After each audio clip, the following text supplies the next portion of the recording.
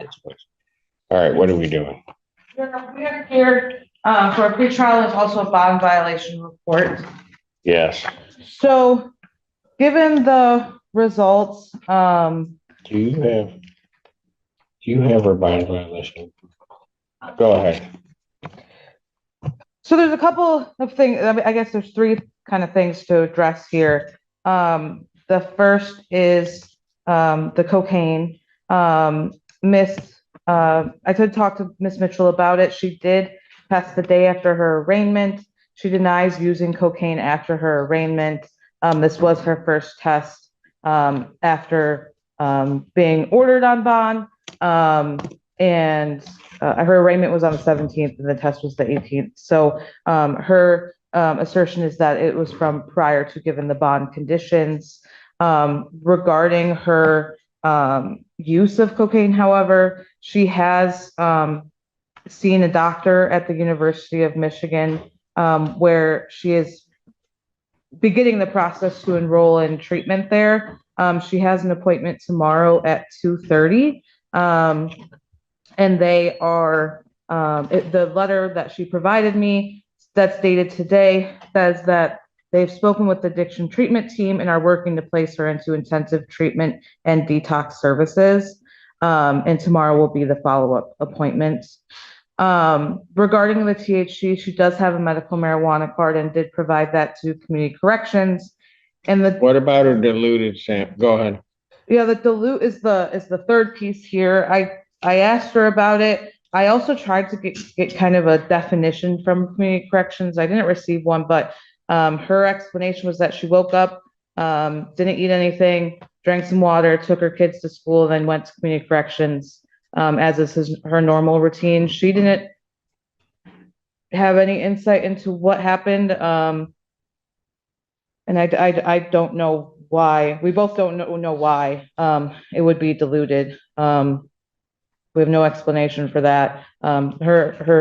She was very clear with me that. Okay, so right off the bat, Whitney Mitchell's in court, and her lawyer's trying her best to keep her calm. The judge wastes zero time and asks, "All right, what are we doing?" Translation: let's see why you're here again. Turns out, Whitney's got a bond violation report, and her lawyer's like, "Okay, Your Honor, before you get mad, let me explain the three issues. Number one, cocaine." Yeah, not the best start. The lawyer basically says Whitney tested positive, but swears she hadn't used since before her arraignment.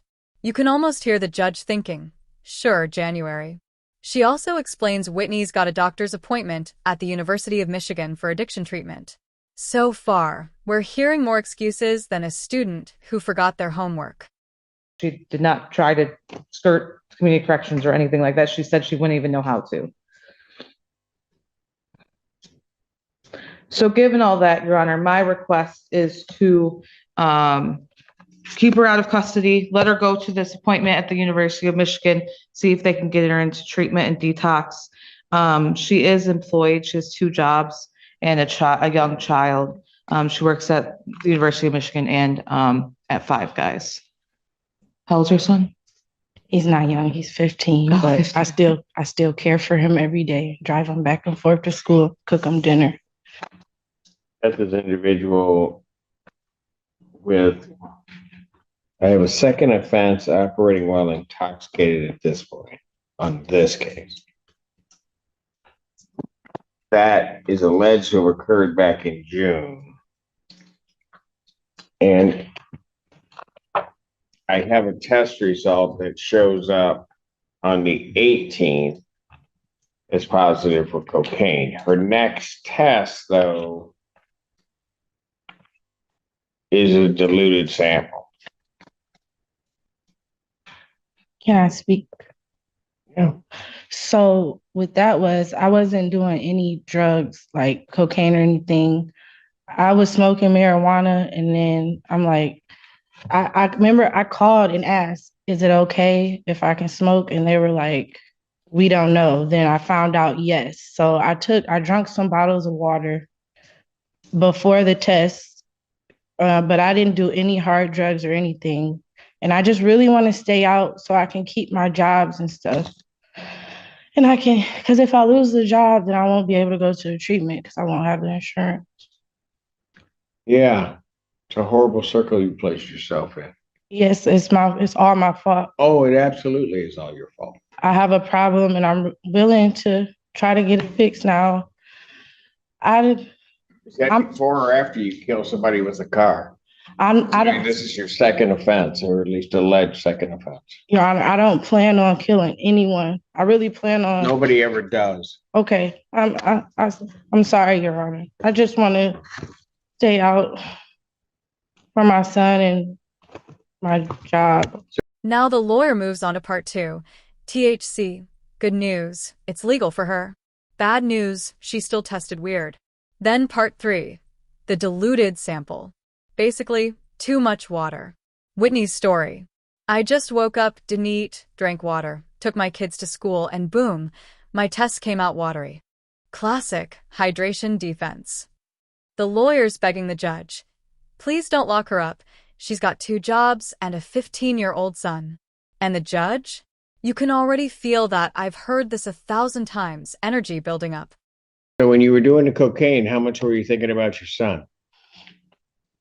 I wasn't thinking, I was thinking about myself then, being selfish. So why are you bringing him up now, saying you want to be out with him when you weren't thinking about him when you were doing the cocaine?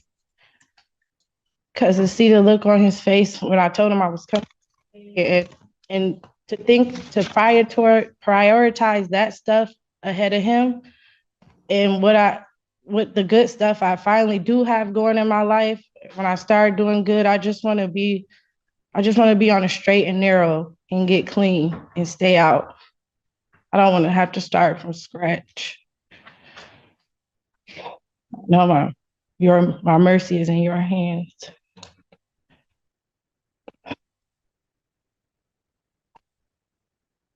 Here's the thing I don't get. The test results from June 30th show in her system alcohol, methamphetamine, and cocaine. That's at the end of June, very beginning of July. So you're sitting up here telling me you're sincere about this, invoking your son, doing all of that stuff, yet 3 months later, or a little less than 3 months later, I still have cocaine in your system. It's an addiction problem. What? It's an addiction problem. So when exactly did you figure that out?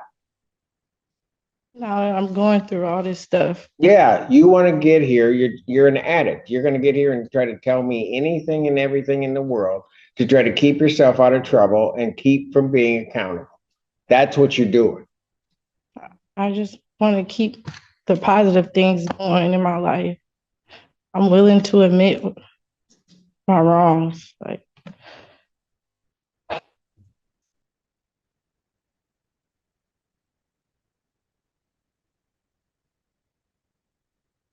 Anything else? Well, Your Honor, I'd ask that you take into consideration the fact that she does have an appointment tomorrow to address, I don't her know what addiction. game she's playing. She's playing a game. Here comes the emotional moment. Whitney's crying, saying she didn't do cocaine, just smoked weed. The judge's patience? Running on fumes. He fires back. So, when you were doing the cocaine, how much were you thinking about your son? Ouch. That one hit like a gavel to the soul. Whitney admits she was being selfish, trying to make it right now, and the judge reminds her, this is your second DUI charge. The tension? You could slice it with a credit card bill.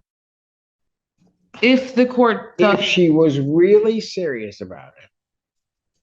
I mean, what right now is causing her to do all of this?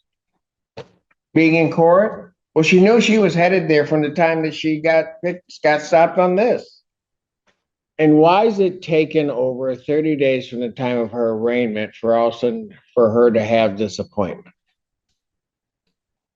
I work 2 jobs.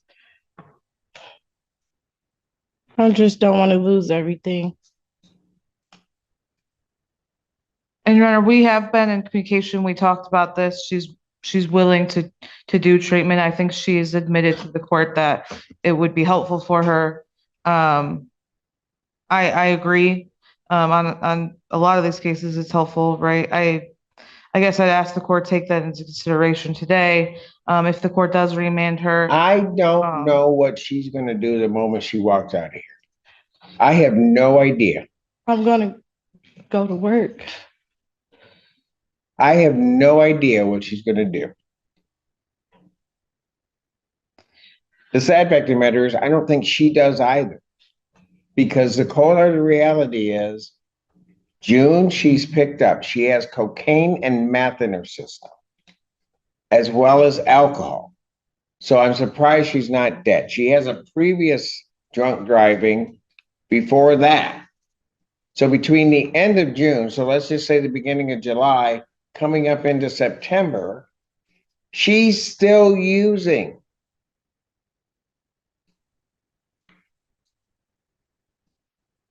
yeah, And then when all of that kind of catches up with her, now I'm going to get myself enrolled in treatment, or I'm going to get myself enrolled in this.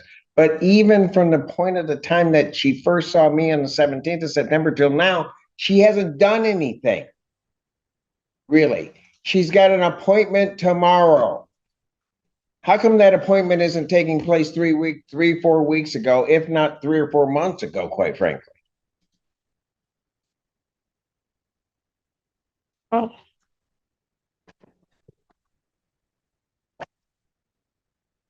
I'm just Now the judge pulls out receipts, literally test results. Back in June, Whitney had everything in her system: alcohol, meth, and cocaine. That's the toxic trio. He's not buying the redemption story. Every time she tries to explain, he cuts her off like, "Nope, that's another excuse." Whitney says she just wants to do better, but the judge's face says, "You said that last time." It's that classic moment where the courtroom becomes part therapy, part disappointment. just work so many hours and just try to take care of our kid. I should have made it 3 weeks ago, but I'm trying to take. You got an excuse for everything. Yeah. Everything coming out of your mouth is an excuse. I just want to do better. if I am able to communicate with the doctor and coordinate some kind of plan moving forward, can I submit that to the court for your consideration? Certainly you may, but you know, you can have a plan, but then she's going to need to do it. Because I'm going to tell you right now, she's coming before me. She's telling me everything that she's telling me, but she's lying to me like she's been lying to everybody in her family and everybody around her for I don't know how long, but certainly over the last year.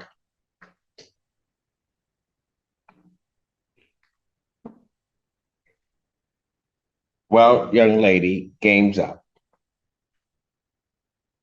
You may have just run into the immovable object.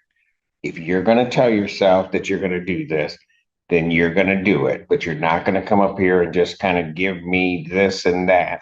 And I'm going to do this and this is why and everything like that. If you want to make a commitment, then you make the commitment. And you got time to think about the commitment. Defendant's bond is hereby ordered revoked. I will adjourn the pretrial hearing to next week on the 22nd. And she can come here with a better plan than what she's got now. 9 a.m. on. The lawyer tries one last Hail Mary. If I can get her into a real treatment plan, can we reconsider? The judge is like, sure, but she's been lying for a year, so good luck. And then the hammer drops. Game's up. Bond revoked. Translation: she's going to jail, at least for now. The judge basically says, come back next week with a real plan, not just words. You can almost hear the courtroom door close and the lesson learned maybe, music play in the background.